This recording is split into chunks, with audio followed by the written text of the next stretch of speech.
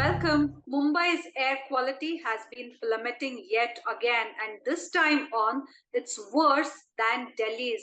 What are the reasons? We got to know about the kind of construction activities, demolition activities that have been going on. But what do the citizens feel? Time and again, we have seen senior Congress leader Milind Devra raise this issue pertinently, and we have him join us today on this special broadcast. Milind Devra, thank you for speaking to CNN News 18. If you could tell us, this is something that is close to your heart. Mumbai's air quality is bad yet again. Well, thank you for having me. I think it's actually closer to my lungs than it is to my heart, unfortunately. But jokes apart, on a far more serious note, I think it's very critical for people to understand what is AQI. AQI is a measurement which is called Air Quality Index, which essentially measures the quality of the air that we breathe, the air in our environment, in our cities, in our localities even. And there are essentially two types of air qualities that are measured around the world. One is something called nitrogen oxides. Largely that comes from vehicular pollution. So if you look at a city like London, a very developed city in the world, they have one of the highest nitrogen oxide levels in the world. Also very harmful for the human body, causes a lot of respiratory illnesses, can cause asthma, can cause bronchial infections, coughing, permanent damage to the lungs, especially for young children who are exposed to it for prolonged periods. Which is why, Vinaya, in a city like London, they impose something called a congestion tax, wherein for cars coming into the downtown of that city, they were charged a certain fee. In a city like Mumbai, in Delhi, even in Beijing, which was at one point a few years ago the most polluted city in the world, there is a far more notorious, a far more dangerous form of AQI, and that is called PM, or particulate matter. There's two types of PM, particulate matter 2.5 and PM10. In very lay terms, that essentially means a floating particle of dust, which gets embedded in your lungs, and it slowly corrodes your lungs. It corrodes the covering and protective layers of your lung, and it eventually damages you. It eventually prevents you from breathing, and it restricts your breathing capacity. Extremely dangerous. And this is a huge health hazard in a country like India.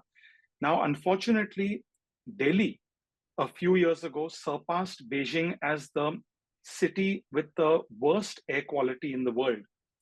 And a large reason for that was because of crop burning in neighboring states, Haryana and Punjab. And when the crops were burnt, that air and that dust, sulfur dioxide, would reach Delhi, and it would, especially in the winters, because we know warm air is lighter than cold air. And in the winters, that air would fall like a fog on the city of Delhi and would cause massive respiratory problems to the residents of Delhi. In the last year and a half, Mumbai has beaten Delhi as the most polluted city in the world. And we can see for the days there's an entire blanket of smog surrounding Mumbai. Right. And last winter, there was a hue and cry about the fact that we surpassed Delhi as the most polluted city in the world. People were curious that Mumbai is so far away from states like Haryana and Punjab. Why do we have this particulate matter? And children in schools, my own daughter, her friends, were falling sick for a prolonged period, especially during the winter. And I said this to another interview recently, that the monsoons obviously help, because in the rains, it washes away the pollution. It brings down the pollution. But now that the monsoons are behind us and the temperature in Mumbai has dipped a little bit, we've suddenly seen AQI rise up again. Now, the reason for this is because of construction activity, construction of residential buildings, construction of commercial buildings. That is something that has been happening in a city like Mumbai all through its history. What has changed is three massive projects. The Trans-Hub, there's also been pollution due to coal being transported on barrages from large ships that dock across the Mumbai port harbor. But what has fundamentally changed, Vinaya, is the fact that there is the Trans-Harbor link, which is connecting Mumbai to the hinterland, the construction of the coastal road, and you can see the dust and you can see the construction happening on the western part of the city, and digging for the metro. Now, all of us, and me certainly, we are in favor of development. I feel all these three projects, in fact, I've been an advocate for the Trans Harbour Ceiling even before I got into politics. We all believe that infrastructure should happen very, very quickly. And I'm not against all these three infrastructure projects happening concurrently or at the same time. But in March this year, because of the massive outrage by Mumbaikars, cutting across social strata, cutting across segments. In fact, the poor are most adversely affected because people who live in apartments can afford to have an air purifier. The poor are subjected to and exposed to far greater levels of AQI than people living in buildings are. People in buildings can close their windows. People in buildings can turn on the air conditioner. Because of the outrage and the fact that it led to respiratory illnesses in Mumbai city, the BMC came out with a Mumbai air pollution mitigation plan. Many of their suggestions were welcomed by people in March, by residents, by civil society. Essentially, the BMC, the municipality of Mumbai, took the responsibility to mitigate air pollution. So, for example, the BMC is implementing the coastal road project. The BMC said that wherever there are pits dug up and there's a layer and a heap of dust, which when a wind comes, that dust gets blown away and it affects people and it pollutes the air. We will build mitigation plans. So for example, we will build a 20-foot high barrier around construction sites so that the dust doesn't fly. It's restricted and limited to that area. We will spray and sprinkle water. None of these plans are being implemented.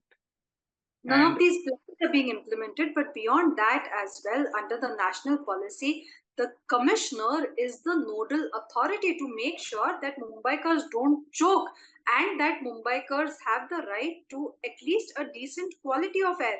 Do you see that happening, firstly? And secondly, when the air quality worsens, we see Delhi is lines, we see that advisories are issued for at least 2 years that we have been seeing this happen in Mumbai. There hasn't really been an advisory which has been put in place. We don't know if our children should be going out and playing on the grounds on particular days when the air quality is particularly bad. We don't know what precautions our elders should take.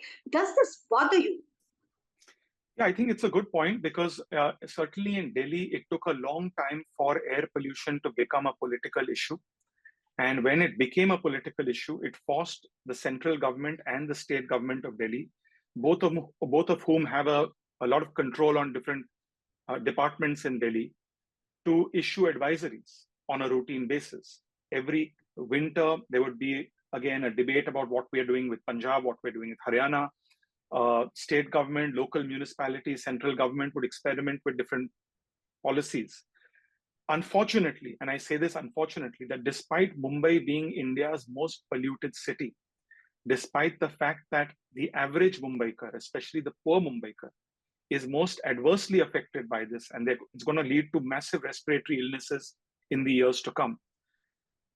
Unfortunately, this has not become a political, leave aside an electoral issue in Mumbai. And as a result, I think that the state government, the municipality, honestly don't care. As I said, we are all in favor of development. I do believe that when the coastal road is implemented and ready, thrown open to the public, when the Trans Harbour Sea Link is thrown open to the public, when the metro is fully executed, it will reduce vehicular pollution.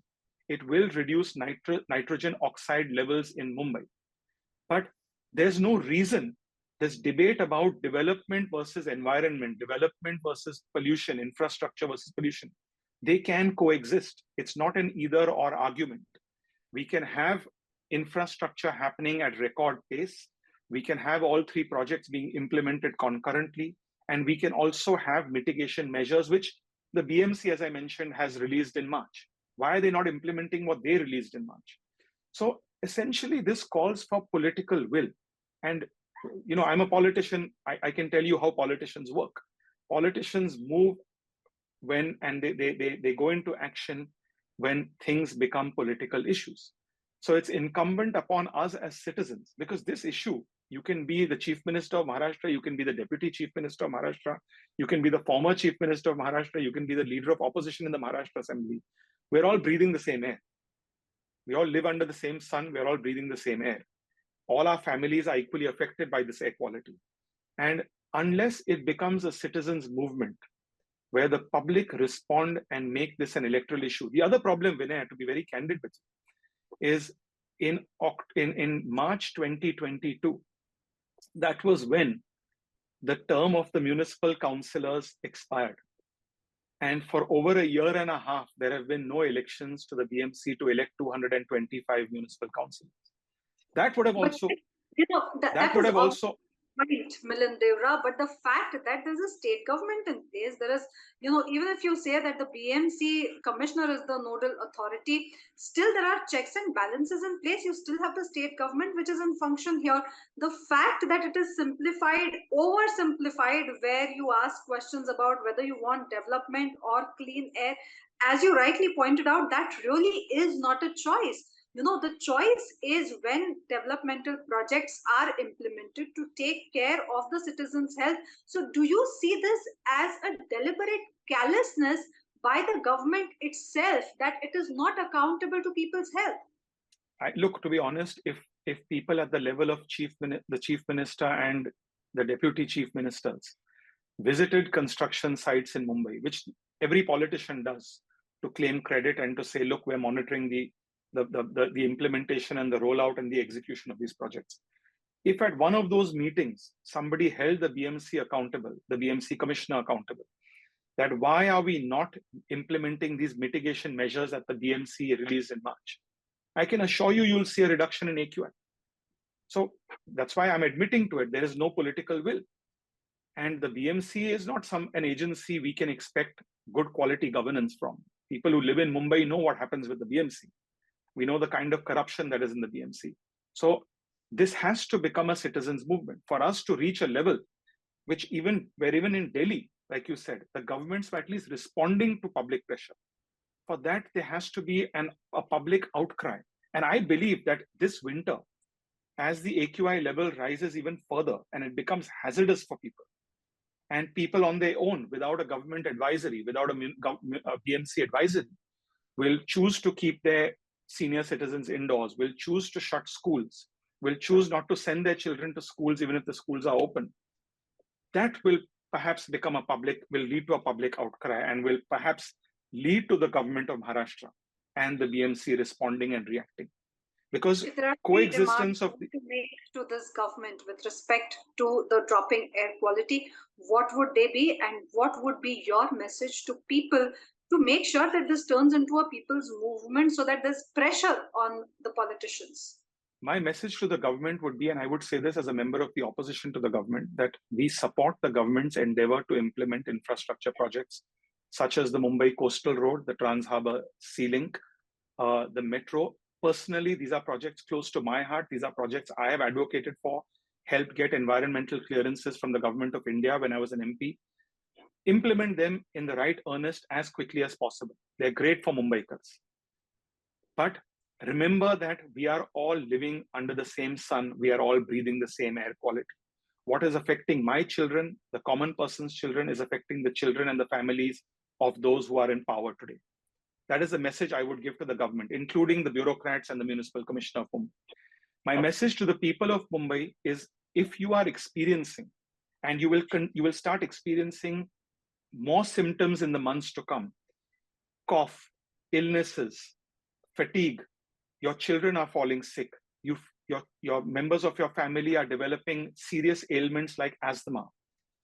The reason for that is because of Mumbai's high AQI. And today, Vinaya, just for your information, I actually refreshed this just before I got on this interview. Mumbai's AQI today is 163. Delhi's is 156. Unhealthy. Beijing, which was the most polluted city in the world, as compared to Mumbai's 163, Beijing's AQI right now is 27. It shows what we can do with political will. Despite China being a fast-growing economy, despite China, like India, being one of the fastest urbanizing economies, where you're turning rural areas, farmlands into cities, building skyscrapers on farmlands, China has managed, with mitigation measures, to reduce the air pollution. This is a serious threat to our population. It leads to mental damage, respiratory damage. It stunts physical growth. There are numerous studies done by the Indian Council on Medical Research and international agencies. My message to the people of Mumbai, please wake up before it's too late. And hopefully, this could be the last winter that we face an AQI that is the worst in India. Milandera, year after year, we keep raising the issue and talking about it. Year after year, we are only assured of probably smoke towers and every other measure that doesn't seem None of those to are going to help. Those things don't help. Yeah. Smog towers suck up a little bit of carbon dioxide. None of these things help. The answer is mitigation measures, sprinkle water over dust so that the dust doesn't fly, build barriers around construction sites so that the dust doesn't fly. That's the way you mitigate it. And you can reduce our AQI from 166. I'm not saying you can bring it down to 20, but you can reduce it to 80, which becomes average. Which becomes at least satisfactory. On that note, Milindera, thank you so much for speaking to CNN News 18, even as we keep talking about the worsening air quality of Mumbai. Thank you so much. Thank you. For the last few days, Mumbai's air quality has been plummeting. What exactly are the reasons behind this? Even as this becomes an annual ritual of sorts, what is it exactly that's happening to the coastal city? Let's try and get in a word from Bhagwan Kesbat, who runs Vatavaran NGO. Bhagwan Kesbat, thank you for speaking to CNN News 18. Firstly, tell us, why is Mumbai choking? So, the Vinaya, we have been experiencing the last almost years back. It has been the grave concern for all of us, the citizen of Mumbai, that everybody has been getting admitted in the hospitals, OPDs. Doctors are big, raising the concern, and this is the air quality deteriorating because. The majorly the way and the amount of the construction activities, infrastructure activities are being undertaken in the city of Mumbai, and it should not be the concern for any of us to have the construction and as a developmental part or the any is this, but the major serious the challenge is that the the sites which are been like even we can say that today's Indian Express, the investigation report identifies that 6 sites they identified has not following the norms and the standards been laid down by the Central Pollution Control Board, and which talk about the construction demolition dust guideline. So that's the major concern. And when we also visited to the Jogeshwaris and especially in the K East ward, so we found that these are the absolute no, there is no any the adherence of the norms. The ward officials don't know what is the they should follow on that. So this is the something I can say that as of now I can say the only say that the serious problem has arises because of construction, the demolition, infrastructure. The work is uh, undertaken in Mumbai.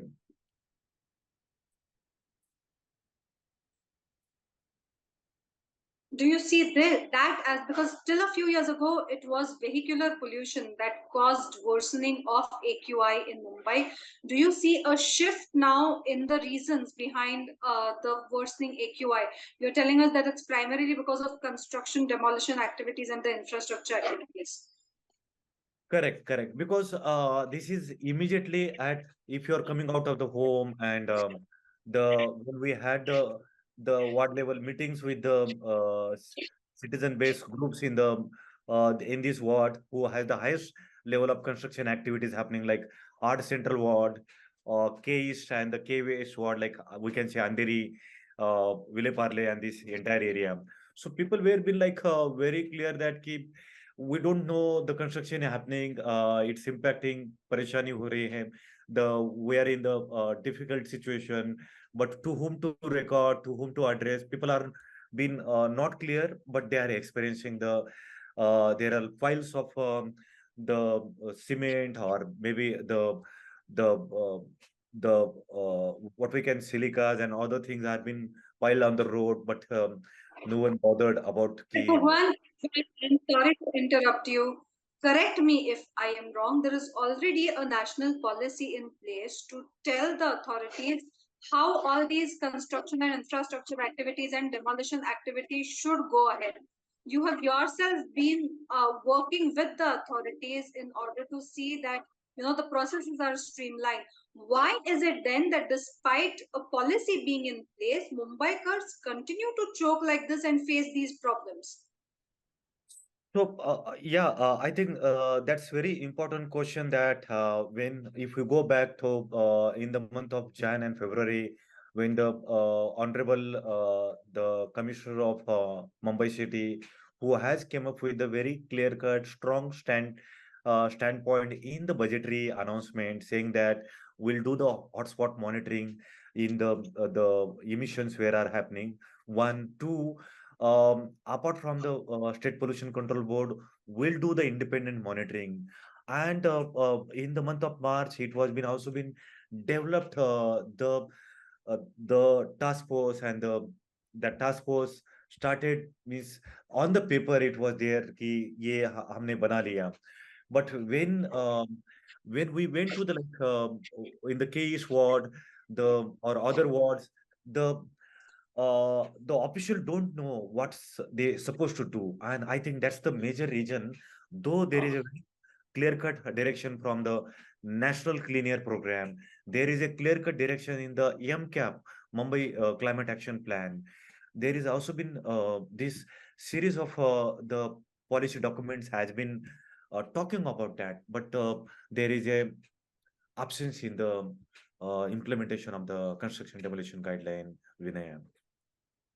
As an expert, what do you suggest Mumbaikars should do in order to make sure that their voices are heard and that the concerns they raise, the system addresses them? So it is expected that the task force that the Mumbai Municipal Corporation has been formed. It has been already there. So and the concerned citizens and the CBOs need to reach out to the ward offices and file their and taken that forward. And this has also been like emergency situation as World Health Organization itself 2019 declared the health emergency on the basis of air pollution. So this is the clear-cut situation now in the 2023 today in the month of October. So the citizens also can take the help of disaster management cell, and they can also appeal them to take this into the urgent matter into the concern for the complaining at the concern authority. Yes, Vinaya. Bhagwan Kesbat, thank you for your valuable time. So, as Bhagwan Kesbat was telling our viewers, a policy is already in place. There are nodal officers who have been appointed, but unfortunately, on the ground, the system itself doesn't know what are the mitigation measures. If people come together, approach their ward offices, maybe that is how people will get their voices heard.